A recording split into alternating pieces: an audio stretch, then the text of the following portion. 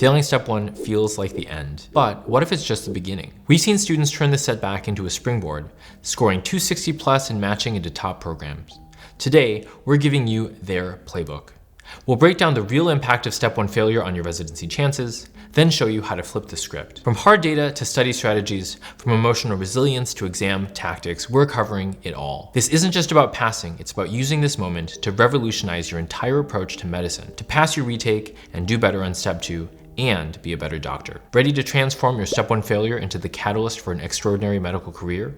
Let's dive in. So the first thing you might be wondering if you failed step one or you are at risk of not passing is, how common is it? The short answer is that failing step one is a lot more common than you might think. So in 2023, the overall step one fail rate reached 21%, which was up from 18% the year before. Now, that's more than 1 in 5 test takers who failed the exam. So another question that you might be asking is, if I failed step one, what does this do to my residency chances? Now, obviously, programs are going to vary considerably based off of the specialty and based on how competitive that particular specialty is. In the program director survey, which is done usually about every couple of years, they ask program directors, would your program consider applicants who fail step one on the first attempt? Now, what you can see based on this table is that it varies widely. And so for family medicine, for example, programs are generally more open. Up to 50% of programs said that they would often consider an applicant who'd failed step one on their first attempt, and 47% said that they would seldom do it. So in other words, only 3% said that they would never ever consider it. Those programs are typically the ones that we would expect to automatically screen out applicants that had failed their exam previously. On the flip side, there are some specialties for which it's going to be much more difficult if you failed step one before. Programs like dermatology, orthopedic surgery, or plastic surgery are much less forgiving. For example, in plastic surgery, of the responding programs, 80% said that they would never consider someone who'd failed step one on their first attempt, and 20% said seldom. So in other words, 0%, none of the programs said that they would often consider someone who'd failed step one on their first attempt. Orthopedic surgery was 65% said never, and interventional radiology was 64%. And you can read the rest of it. But the point is that it's kind of what you'd expect. The specialties that are most competitive and the programs within each specialty that are the most competitive typically are not going to consider people that have failed step one or really any of the USMLEs. So what does this mean for your residency chances overall? What you need to know is that for most people, your chances in residency are going to be impacted, but they're not going to be devastated. The key is that you need to do better on your next attempt. So if you're a USMD and you graduate, your chances of matching are still quite high. So in one study, they found that 99% of USMD graduates over a 10-year period entered residency or practice within 6 years. So in other words, as long as you're able to pass your next attempt and still move on, your chances of matching and becoming a doctor are still quite high. In another study, 92% of students who failed the USMLE in one school still matched into residency. So the takeaway is that failing creates challenges, but it's not a career-ending event. Many successful doctors have overcome a step one failure. In fact, you can actually use this as a narrative in your residency application. We've had students who failed step one or failed step two or failed step 2 CS who've then gone on to transform their approach,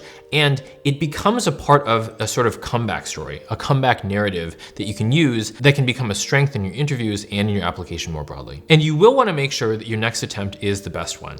As of July 2021, the USMLE has implemented a new attempt limit so that your maximum number of attempts is 4. And so for each step, you only get 4 attempts. So step one, you get 4 chances. Step two, you get 4 chances. And so regardless, you want to make sure that you make your next attempt your best one possible. So let's talk about how it is that you can do that. In this next section, we're going to discuss what people who failed step one do to have the most success the next time around. I actually just got a call from someone on Wednesday, because that's when they released the exam results. He had failed step one, and then in less than 2 months had gone to 262 on his step one practice test. He just got his step two score back, and he got a 256 on step two.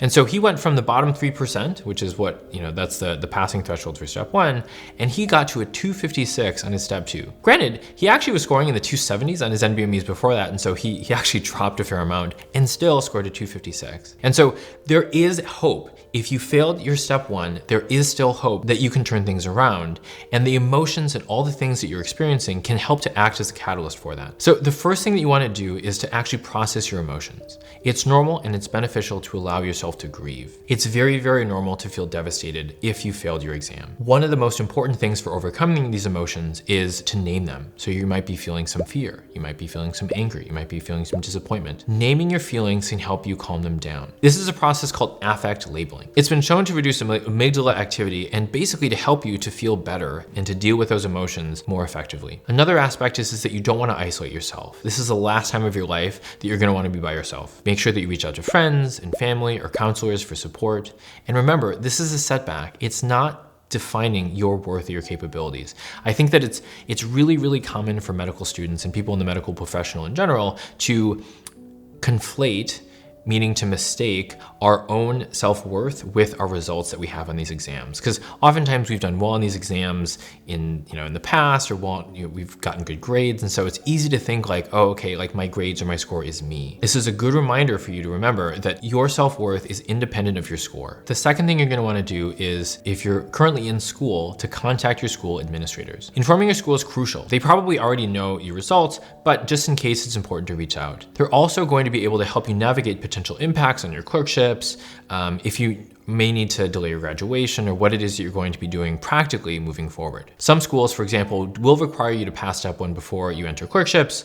Others are going to allow you to take it later on. It's gonna really depend on the school. In addition, schools often are gonna have resources to help you prepare for your retake. Another thing you're gonna wanna consider is to take an NBME self-assessment. Now, it's probably been a while since you've taken a practice test, and since your test that you've taken was at least several weeks ago if you just got your score report. So taking an NBME allows you to develop a new baseline starting point, and it'll help you identify specific problem areas in your knowledge. Most importantly, you can use it to track your progress, because the most important question that you can answer if you're trying to retake step 1 is my studying working? I know it sounds really simple, but the question you want to answer is, if I study something, can I make my score go up in that? And can I make sure that that score stays high when I'm studying the next thing, or am I gonna forget it? And so taking an NBME now allows you to set a baseline, both in terms of your overall score, but also in terms of your subjects. So if you're gonna go on and study cardiology, you wanna make sure that your cardiology score goes from a low score to a high score. And then on your subsequent NBMEs, you're gonna wanna make sure that your cardiology stays high. Don't be discouraged if your score is lower than your failed attempt, because you probably haven't been studying in the time since then. It's normal to see a drop after a break from studying. The key is that you wanna focus on the opportunity that this gives you to improve strategically.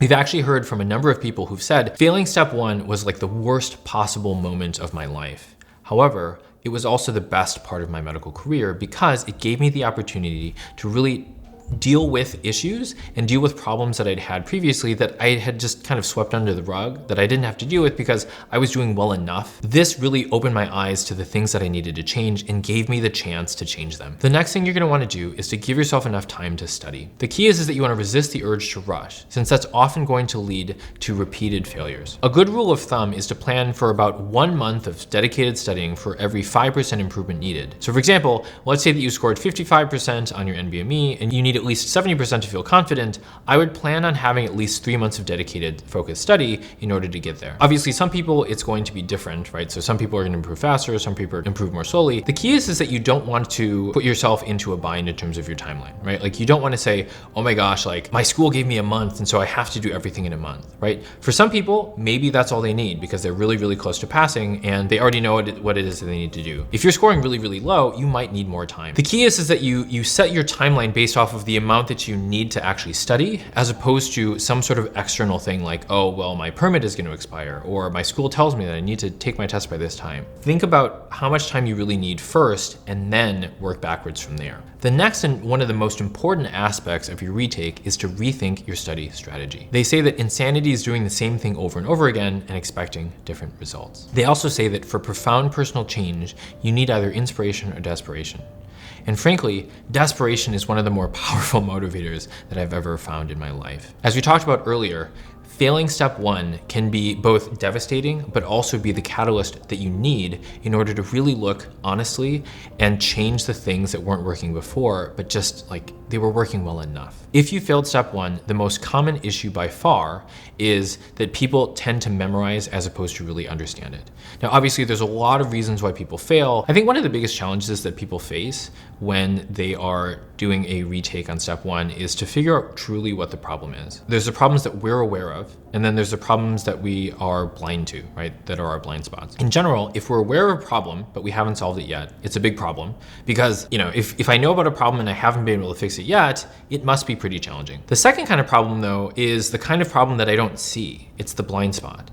Those are actually the biggest problems because I haven't yet focused on them. I haven't yet been trying to fix them. And I think that that's a common issue for people that are studying for a retake is that, what people will say is like, oh, I have a problem with motivation, or I don't have enough time, or I'm forgetting things, or I get stuck between two answer choices. And those are all true, but those tend to be more surface problems. The core problem for most people, in my experience, when I look at people that have failed their exam, is that they haven't really mastered the underlying concepts. They tend to focus more on memorization, and so they don't really understand it. Maybe this applies to you, maybe it doesn't. You wanna make sure that you're using active learning techniques. Examples of this would be, you actually try to teach concepts to other people, right? It's the Feynman technique is where you should be able to teach it to an intelligent, say fourth grader. And if you can't do that, it means you truly don't understand it well enough. And if you're interested in an outside perspective, we offer free consultations for anyone who is looking for help in transforming their own study approach, either for step one or shelf exams or step two. The final thing you're gonna wanna do is you're gonna wanna schedule your retake strategically. In general, I would recommend that you aim for an NBME scaled score of at least 65% or higher. So if you get a 65% for your scaled score, this should give you about a 95% chance of passing or better. If you get a 70% or higher, that should give you a 99% chance of passing. And so in general, because of A, the limits in the number of times that you can take step one, as well as B, the importance of really showing residency programs that you've transformed your approach and that you are no longer a risk of failing your board exams once you get into residency, it's really important that you wait for retake until you're ready. As we said previously, you should expect about, if you're studying well, conservatively expect about a 5% increase per month of dedicated study. And so let's say that you're scoring below 50%, you might need 4 to 6 months of preparation in order to get to that 65 to 70% mark. If you're already scoring 50 to 60%, maybe you need 2 to 4 months. And if you're already scoring above 60%, you might only need a month or two. So the key is that you wanna make sure that A, you give yourself enough time, and B, that you track your progress with NBME exams to be confident in your retake. So if you failed step one, remember that while there are some aspects moving forward that will be harder, it's also a fantastic opportunity to transform the arc of your career by addressing issues and blind spots we may have overlooked previously. So if you want your next attempt to be part of this transformation, be sure to check out our walkthrough on USMLE question writing hacks, where we go through the ways that the NBME writes step one, step two, and shelf questions so you can get higher scores in less time.